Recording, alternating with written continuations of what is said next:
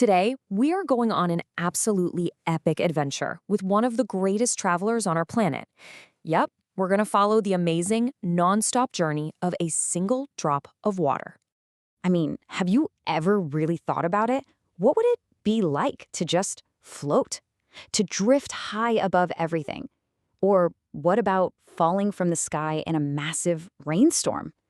Well, guess what? Today, we are going to find out. So, we're going to make one little water droplet our hero for the day and follow its entire life story. Scientists call it the water cycle, but you can think of it as a journey that has been going on for billions of years. And get this, it never, ever ends. Okay, so where does our story begin? Well, every great adventure needs a dramatic start, right? For our water droplet, it all kicks off with a great escape from the Earth's surface. It all starts with the sun. The sun is like this giant engine, just beaming down energy. And that heat gives our water droplet the boost it needs to change from a liquid into a gas called water vapor. It's kind of like getting a sunny-powered elevator ride, floating up totally invisibly into the air. And check this out. The oceans are the main stage for this whole thing. A whopping 86% of all the water that escapes into the air comes from the ocean. It is by far the biggest source of water for our atmosphere. But wait, there's another escape route. It's not just the oceans. Plants and trees are totally in on the action too. They suck water up through their roots, and then they kind of breathe it out through these tiny little holes in their leaves. It's called transpiration, and it adds even more water vapor up into the sky. So our water droplet has escaped. It's now a tiny, invisible speck of water vapor rising higher and higher. So what happens next? Well, it's time to head up into the cloud factory. You know, building a cloud is kind of like following a recipe with 4 simple steps. As you can see, first, that warm, wet air rises. Second, as it gets way up there, it gets really cold. Third, and this is key, our little water vapor needs a tiny friend to cling to, like a speck of dust or pollen. And finally, millions of these new droplets get together and poof, you've officially built a cloud. Okay, but hold on a second. This is a really good question. If a big cloud is made of millions, maybe even billions of water droplets, it's got to weigh a ton, right? So why doesn't it just crash down out of the sky? The answer is actually pretty simple, but it's brilliant. That same warm air that helped make the cloud in the first place, it just keeps pushing up from underneath. This rising air is stronger, it's denser, so it literally holds the cloud up, letting it just cruise across the sky. It's kind of like the cloud is crowd surfing on the air.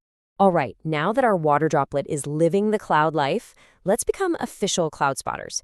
Seriously, once you know what you're looking for, the sky turns into this giant, amazing art gallery that's always changing. So let's see if we can find where our little droplet is hanging out. First up, the most famous cloud of them all, cumulus. You know these guys. They're the puffy, cotton ball-looking clouds you see on a beautiful sunny day. The folks at the Cloud Appreciation Society have the perfect description. They look like low clumps, like cotton wool. Basically, they're a sign of good weather. Now, let's look way, way up there. High in the atmosphere, you'll find these, cirrus clouds. They're so high up, they're not even made of water anymore. They're made of tiny little ice crystals. They're thin, they're wispy, and they look just like streaks and curls, like flowing hair, painted across the deep blue sky. And then, there's the king of all clouds, the cumulonimbus. This thing is a monster. It's a huge, towering cloud that can stretch for miles up into the sky. When you see one of these bad boys, you know a storm is coming. We're talking thunder, lightning, and tons of rain. Okay, here's a super cool fact.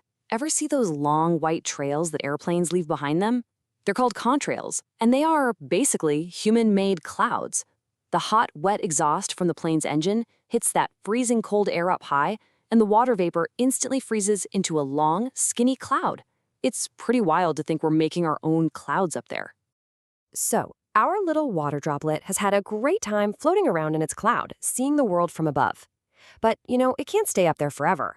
It's time for the next leg of this incredible journey, the trip back down to Earth. What happens is, as more and more water droplets join the cloud party, it just gets heavier and heavier.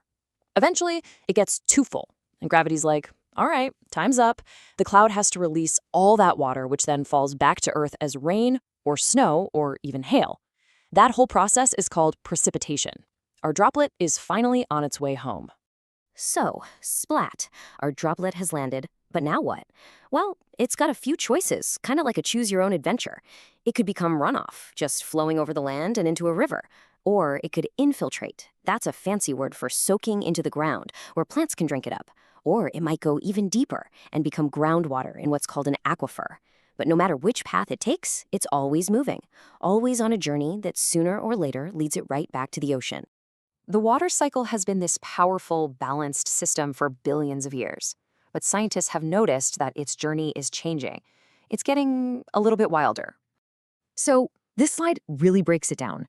As our world gets warmer, the atmosphere can actually hold more water vapor. You can think of it like a bigger sponge. This supercharges the whole water cycle. Now, it doesn't create new water, but what it does mean is that when it does rain, it can unleash these huge, powerful storms. And it also means that the time between those storms can get longer and drier, which leads to droughts. And this is the main thing to remember. The total amount of water on Earth has stayed pretty much the same for billions of years. What's changing is the intensity of its journey. The ups and downs of the water cycle are just becoming more dramatic. Okay, let this sink in for a minute because this is probably the most mind-blowing fact of all. That glass of water you drank this morning, the water in it has been on this journey for billions of years. It could have been in an ocean, part of a giant glacier, or, and this is my favorite part, it might have even been inside a dinosaur. It's just been recycling over and over again. So as we wrap this up, think about our little water droplet. It's back on Earth now, maybe in a river, maybe deep underground, but its journey is not over. Not even close. It's just waiting for that lift from the sun to start the whole incredible adventure all over again. So, where do you think it will go next?